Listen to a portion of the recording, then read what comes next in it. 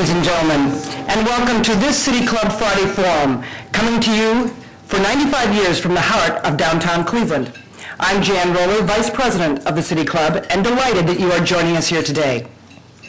Offshore, the world is flat. Outsourcing, immigrant workers, human capital. A number of new words and phrases have come into our lexicon, some of which sound quite intimidating, which reflect sweeping trends in America's labor force. We all know the old paradigm of working for a company for 30 years and getting old and getting a gold watch and a good retirement. Those days are long gone. As we send our sons and daughters off to college, we are telling them to anticipate that they will have 7 to 8 jobs. Not just promotions, but different jobs in their working life. We are also telling them to study a foreign language and make sure they get some overseas exposure during their college years. And a major factor in affecting the American workplace has been the rise of the temporary worker, a concept begun by William Kelly in 1946 to provide short-term office help. The company he started now employs more than 750,000 workers around the globe in all sorts of professions and industries, including finance, education, engineering, law, science, and healthcare.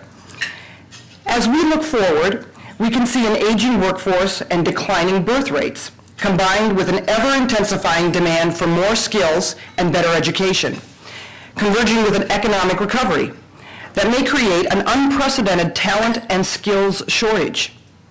Our speaker today, Carl Camden, Kelly Services CEO, is in a unique position to observe the many trends affecting the American workforce.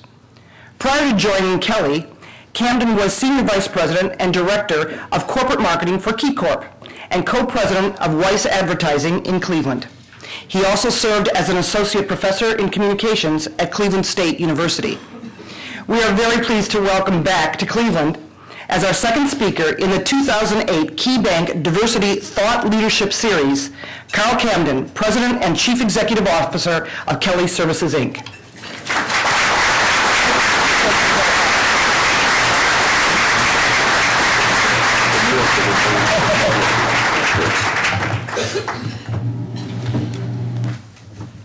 It's nice to have adjustable podiums. I remember when you used to have to adjust the mics, and that was much more difficult. Thank you all. I'm very pleased to be back in Cleveland. It was my first home city after a nomadic life as a military brat, a student, and then an academic wanderer. I spent 15 years working in Cleveland, had many fond memories, and in fact had never planned to leave. So when Henry Myers, Key CEO, and for me one of my very important mentors during my time in Cleveland, invited me to come back and be part of this series, I was very honored to accept.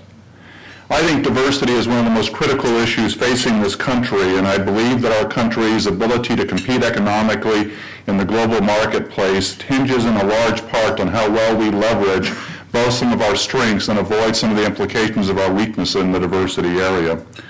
So not surprisingly, over the last few years, I've been very dismayed by how little frank public discussion is taking place on the topic. It needs to happen, it needs to be common, and so I applaud both the City Club and KeyCorp for their role in making it so. Beyond any doubt, corporate America, the media, government, academia, and other institutions are making obvious, well-documented progress on meeting statistical diversity topics. But I think one of the most important tenets that I'll be making today is that very success, I believe, is dulling our critical faculties. I believe that, in fact, our statistical progress on diversity is masking the fact that we're actually becoming quite mediocre as a country when it comes to true diversity, and that is diversity of thought and experience, or what more and more people today are calling inclusion.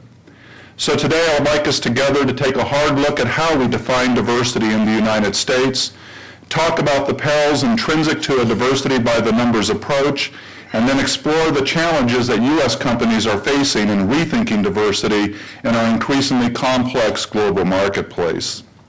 So let's start by looking at the current state of diversity in the United States. 3 main points come to light.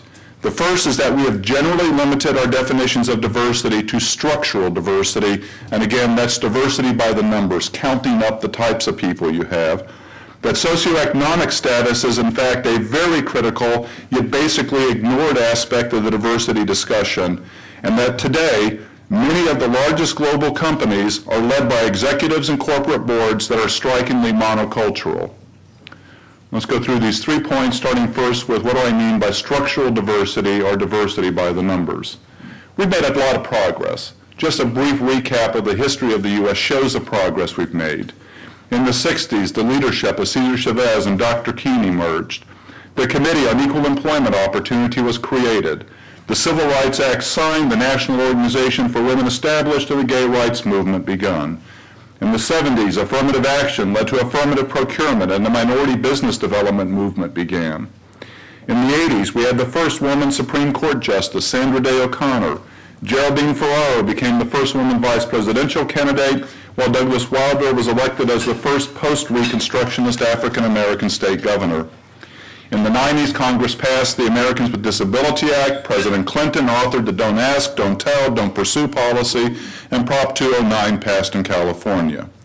It is a story that has become part of the American mythology, a story of gradual progress, and one that we often view with great self-congratulatory glee here. Obviously, more and more women, more and more people of color hold high-ranking positions in U.S. companies than ever before. There are internal diversity departments and diversity councils at most large U.S. companies, and published diversity rankings have become highly sought after as barometers of an organization's diversity fitness. Yes, I agree, structural diversity, the counting by the numbers, is in fact a solid all-in measure of progress, and it has played an undeniable role in helping to create opportunity, access, and success. Some even claim that the high acceptance of Senators Clinton and Obama as candidates for president indicate that the struggle is over. But we should know that acknowledging our progress to date on this path doesn't mean that we've even come close to reaching our final destination. And therein, I believe, lies the irony of structural diversity. The numbers game has made us complacent with our progress. I believe the critical challenge in this decade and the next for corporate America is to look beyond the numbers and consider a more meaningful definition. That is diversity of socioeconomic background, education, life experience, and ultimately diversity of thought. Now, this is not a call to water down the areas of diversity that our structural models have tried to address over the past decades in the U.S., such as race and gender. But I believe, to the contrary, looking at this issue from a broader perspective is an opportunity to finally create a truly equal playing field where everyone finally has an opportunity to compete. Viewed from a broader perspective, all of those positive statistics and structural successes hide, in fact, an increasing and alarming gap that I see in the United States. Although we clearly look more diverse, in many ways, I believe that our selection and promotion processes are encouraging not diversity, but homogeneity in our management teams and corporate boards. It used to be that social policy facilitated economic class mobility, enhanced access to education, housing, and medical care, created large groups of people ready and able to take advantage of the opportunities created by the drive to diversity. But after decades of progress, in this country, we are now closing most of the doors to economic mobility. Yes, as those doors close and we continue to make incremental statistical progress, no one is noticing the increasing similarity that is developing in management teams.